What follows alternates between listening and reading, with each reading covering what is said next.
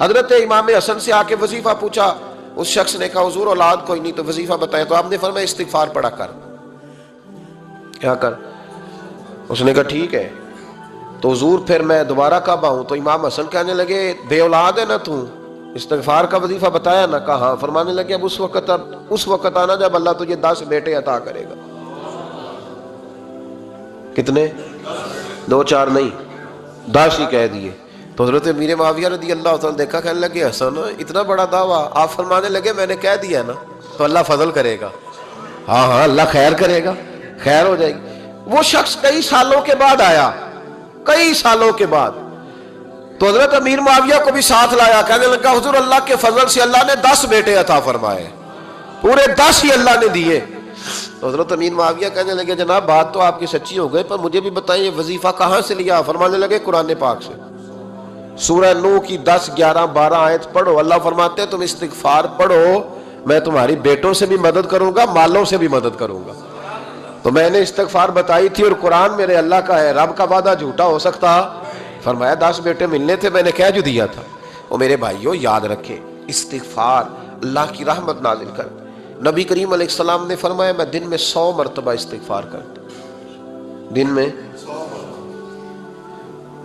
توبہ والا کہتا ہے کہ میں بھول گیا تھا مجھے معافی مل جائے، اور خشیت والا کہتا ہے میرا یار ناراض نہ ہو جائے، وہ استغفار ہی کرتا رہتا ہے، وہ معافی حضرت رومی نے مثال دی ہے، فرماتے ایک عورت تھی تو بھیک مانگا کرتی تھی، ایک دن بادشاہ کے دروازے پہ بھیک مانگنے گئی تو بادشاہ کو پسند آ گئی، اس نے نکاح کر لیا۔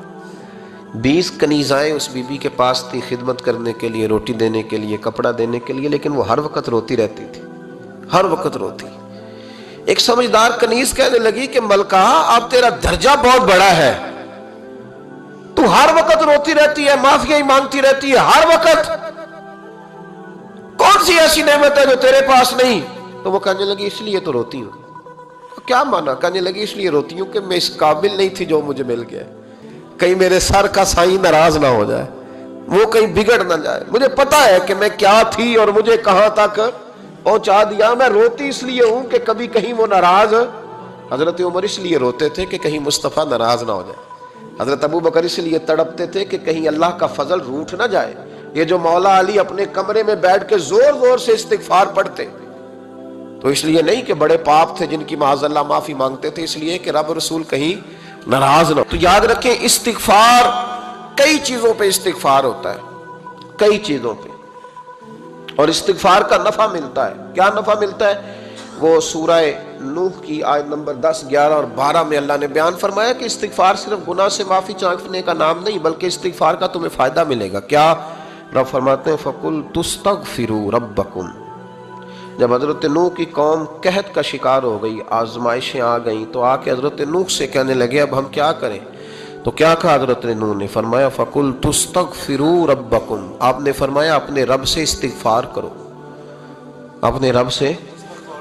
انہوں نے قحط کی بات کی، انہوں نے کہا کہ کھیتیاں اجڑ گئی ہیں، بارش نہیں ہو رہی، قحط کی بات کی۔ آپ نے کیا کہا؟ استغفار کرو، کیوں کہ انہو کان غفارا، بے شک اللہ بڑا ہی بخشنے والا۔ وہ کیا کرے گا؟ یرسل السماء علیکم مدرارا، وہ تم پر موسلا دار بارش برسائے گا۔ جب تم استغفار کرو گے تو اللہ موسلا دار بارش برسائے گا، وَيُمْدِدْكُمْ، اور وہ تمہاری مدد کرے گا۔ استغفار کرنے والے کی اللہ کیسے مدد کرے گا؟ بِأَمْوَالٍ وَبَنِينَ، تمہیں مال بھی عطا کرے گا اور بیٹے بھی عطا کرے گا، بارش بھی دے گا استغفار کرنے والے کو، اور مال اور اولاد سے اس کی مدد بھی کرے گا۔ وَيَجْعَلْ لَكُمْ جَنَّةٍ وَيَجْعَلْ لَكُمْ أَنْهَارًا، اللہ تمہیں جنت بھی عطا کرے گا اور تمہیں نہریں بھی عطا فرمائے گا، تمہارے لیے جنت بھی بنائے گا، انہار بھی بنائے گا۔ توبہ کا، استغفار کا تمہیں یہ فائدہ ملے گا۔ نبی پاک صلی اللہ تعالی وسلم فرماتے ہیں ایک شخص تھا بنی اسرائیل میں، بڑا مالدار تھا، تو پھر اس پہ غربت آ گئی، جب غربت آئی تو رو پڑا، کہنے لگا اے اللہ میں غریب ہو گیا ہوں، میری مدد فرما، میں نے بڑی نافرمانی کی ہے تیری۔ مالدار جب تھا تو بڑی موج کر، یا اللہ میں نے بڑی اب نہیں کروں گا، مجھے اس غربت سے نکال۔ تو اللہ نے فرشتوں سے کہا کہ دے دو جو مانگتا ہے۔ تو فرشتے کہنے لگے یا اللہ یہ توبہ کر کے نہیں آیا، ڈر کے نہیں آیا، یہ تو الجھ گیا ہے تب آیا ہے، یہ تجھ سے ڈر کے ہوتا ہے نا ایسے کہ لوگ اللہ سے نہیں ڈرتے جتنا غربتوں سے معاذ اللہ ڈرتے ہیں. یا اللہ یہ تو وہ الجھ گیا تب ہے. تو اللہ نے فرمایا پتہ مجھے بھی ہے لیکن آ تو گیا ہے نا, چلو دے دو. تو کہا یا اللہ اگر دے دیا تو دوبارہ نہیں آئے گا. فرمایا اس کا بھی مجھے پتا ہے, تم دے دو. اسے دے دیا. جب دولت مل گئی نا تو کہنے لگا اوہو وہ تو میں نے اس طریقہ سے استعمال کیا اس لیے کامیاب ہو گیا. پھر کچھ وقت گزرا تو پھر الجھ گیا, پھر قرضے چڑھ گئے, پھر سارے علاج کہنے لگا یا اللہ اب نہیں کرتا, اب معاف کر دے. 70 دفعہ توبہ کی اور 70 دفعہ توڑی. حبیب کریم فرماتے ایک دن بستر پہ تھا, آسانی تھی, 70 دفعہ فرشتوں نے کہا یا اللہ یہ جھوٹا ہے, جھوٹ بولتا ہے, یہ تو غربت ہے, یہ تو تیری بارگاہ میں آیا ورنہ کبھی نہ آتا. بیمار ہوا ہے تو آیا, اس کا تو بچہ بیمار ہوا ہے تو آیا ورنہ کبھی نہ آتا. 70 دفعہ توبہ توڑی. ایک دن رات کو بستر پہ لیٹا تھا, دولتیں بھی تھی, آسانیاں بھی تھی. دل میں خیال آیا میں کتنا جھوٹا ہوں, جب الجھ جاتا ہوں تو اس کے دروازے پہ جاتا ہوں اور وہ کتنا کریم ہے, مجھے خالی نہیں لوٹاتا. تڑپ اٹھا, آنسو نکل گئے, اٹھ کے مصلے پہ کھڑا ہوا تو رب کریم نے فرشتوں سے فرمایا کھول کے دیکھو دروازے, آج یہ غربت کی وجہ سے نہیں آیا, آج میرا بن کے آیا ہے.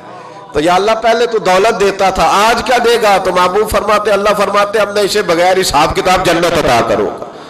استغفار کریں, اس کے حضور حاضری دیں. استغفار بندے کی اللہ سے صلح کرا دیتا ہے, بندے کی رب سے صلح ہو جاتی ہے.